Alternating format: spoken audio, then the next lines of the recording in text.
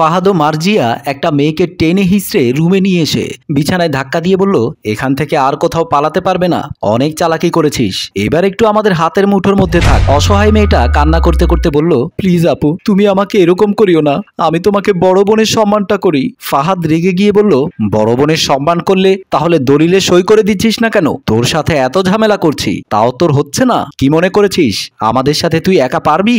কখনো না। মার্জিয়া বলল, ওর এমনিতে হবে না, এই রুমে আটকে রেখে সারা জীবন না খাইয়ে এখানে বন্দি করে রাখতে হবে। অসহায় মেয়েটা বলল, তোমরা যদি আমাকে মেরেও ফেলো তাও আমি তোমাদেরকে স্বাক্ষর করে দেব না দলিলে। আর আপু, তুমি তো ভালো করেই জানো আমার একটা ভবিষ্যৎ আছে, কিন্তু আমাকে এভাবে অত্যাচার করে এত কষ্ট দিচ্ছ কেন? আমার সামান্য জায়গা জমি নিয়ে তোমরা এত লোভ কিসের? দুজনে রেগে গিয়ে বলল, তোর সাথে আর কোনো কথা নেই। এই বলে বন্দি করে দুজনেই বের হয়ে গেল। ফাহাদ ভুল করে মোবাইল না নিয়ে বের হয়ে গেল।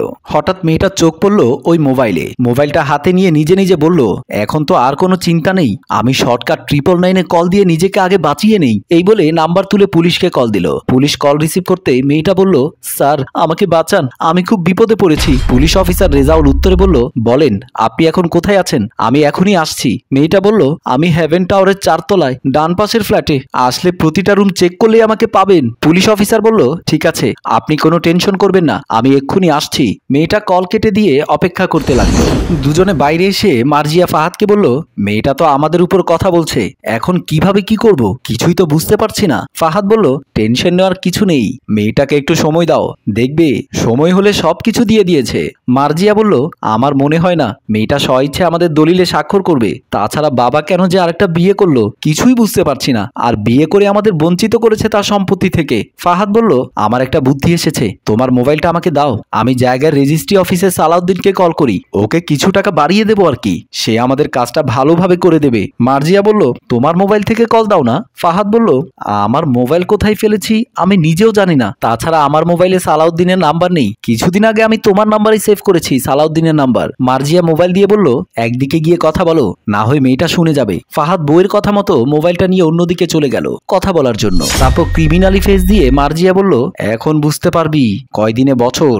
সালাউদ্দিন ভাই আসা মাত্রই তোর স্বাক্ষর করতে হবে, রাস্তাঘাটে মানুষ সমস্যা করবে, তাই এখানে নিয়ে আসছি। ফাহাদ মোবাইল কানে দিয়ে বলল, সালাউদ্দিন ভাই, আমি তালুকদারের ছেলে ফাহাদ বলছিলাম। সালাউদ্দিন বলল, চিনতে পেরেছি, কেন কল দিয়েছো বলো। ফাহাদ বলল, ভাই আপনি একটু তাড়াতাড়ি আমার বাসায় আসতে পারবেন, আর ইনকাম হবে আপনার ভালো। সালাউদ্দিন বলল, ভাই আমি তো অফিসের বাইরে কাজ করি না, আমাদের অফিসার নিষেধ করেছে বাইরে যাওয়ার জন্য। ফাহাদ বলল, ভাই টাকা বাড়িয়ে দেব, যত টাকা আপনি মাসে আয় করেন আমি একদিনেই দেব ওই পরিমাণ টাকা। সালাউদ্দিন বলল, আমি মাসে আয় করি 1 লক্ষ টাকা, আপনি কি দিতে পারবেন আমাকে? ফাহাদ বলল, আমার কাজটা করে দিতে পারলে আমি আপনাকে 2 লক্ষ টাকা দেব, মানে 2 মাসের বেতন একসাথে দেব।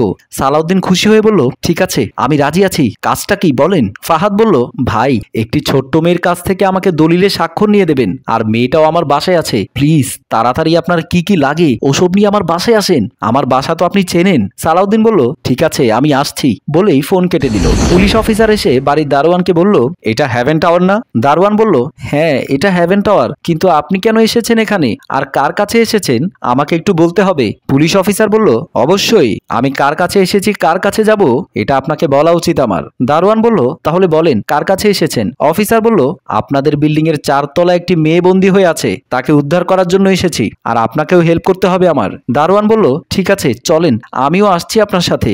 দুজনেই ঠিক আছে বলে উপরে উঠল।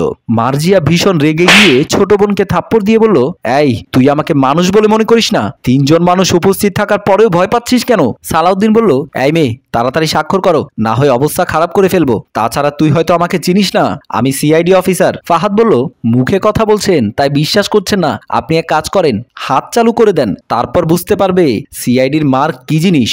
এই তাড়াতাড়ি স্বাক্ষর করে দে। সালাউদ্দিন তার জামা থেকে কিছু একটা বের করতে যাবে, মেয়েটা ভয় পেয়ে বলল, ঠিক আছে আমি স্বাক্ষর করে দিচ্ছি, কলমটা দেন। এর মধ্যে হঠাৎ কলিং বেল বেজে উঠল।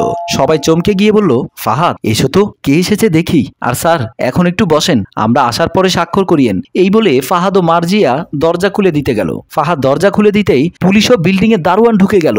মার্জিয়া ও ফাহাদ পুলিশকে দেখে ভয়ে কাঁপছে। পুলিশ অফিসার অস্ত্র ঠেকিয়ে বলল, একদম মিথ্যে কথা বলবি না, বল এ বাসার মধ্যে মধ্যে একটা মেয়েকে যে লুকিয়ে রেখেছিস, মেয়েটা কোথায়? মার্জিয়া ভয় পেয়ে বলল, স্যার আমার সাথে আসেন। এই বলে পুলিশ ভেতরে নিয়ে গেল। দারোয়ান বলল, আমি বাহিরে আছি। মেয়েটা পুলিশ দেখার সাথে সাথে বিছানা থেকে নেমে আসলো, আর সালাউদ্দিন পুলিশ দেখে ভয় পেয়ে চলে যেতে চাইলে পুলিশ ধরে ফেললো। তারপর বলল, একদম কেউ চালাকি করলে জানে মেরে ফেলবো। মনে করেছিস আমি একা এসেছি, তোরা পার পেয়ে যাবি? এটা ভাবলে কিন্তু বিরাট ভুল করবি, কারণ বাসার নিচেও সিঁড়িতে আমার অনেক পুলিশ রয়েছে।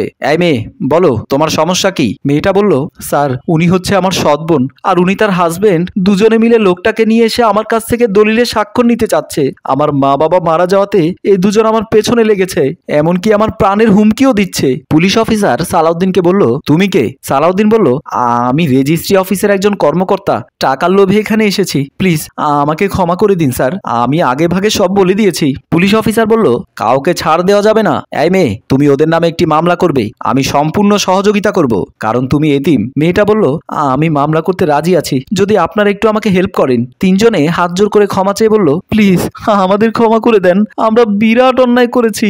পুলিশ অফিসার বলল, ও যেহেতু ক্ষমা করবে না, তা আমি ক্ষমা করার কেউ না, সুতরাং আপনাদের থানায় যেতে হবে, চলেন। দর্শক, থানায় নিয়ে যাওয়ার পর কি হয়েছে দেখতে চাইলে কমেন্ট বক্সে নেক্সট পার্ট লিখে কমেন্ট করুন। সম্মানিত ভিউয়ার্স, গল্পটি ভালো লাগলে শেয়ার এবং লাইক কমেন্ট করে জানাবেন। রচনা ও পরিচালনায় আবু সাইদ রিয়ান, প্রযোজনায় মঞ্জুর মোর্শেদ।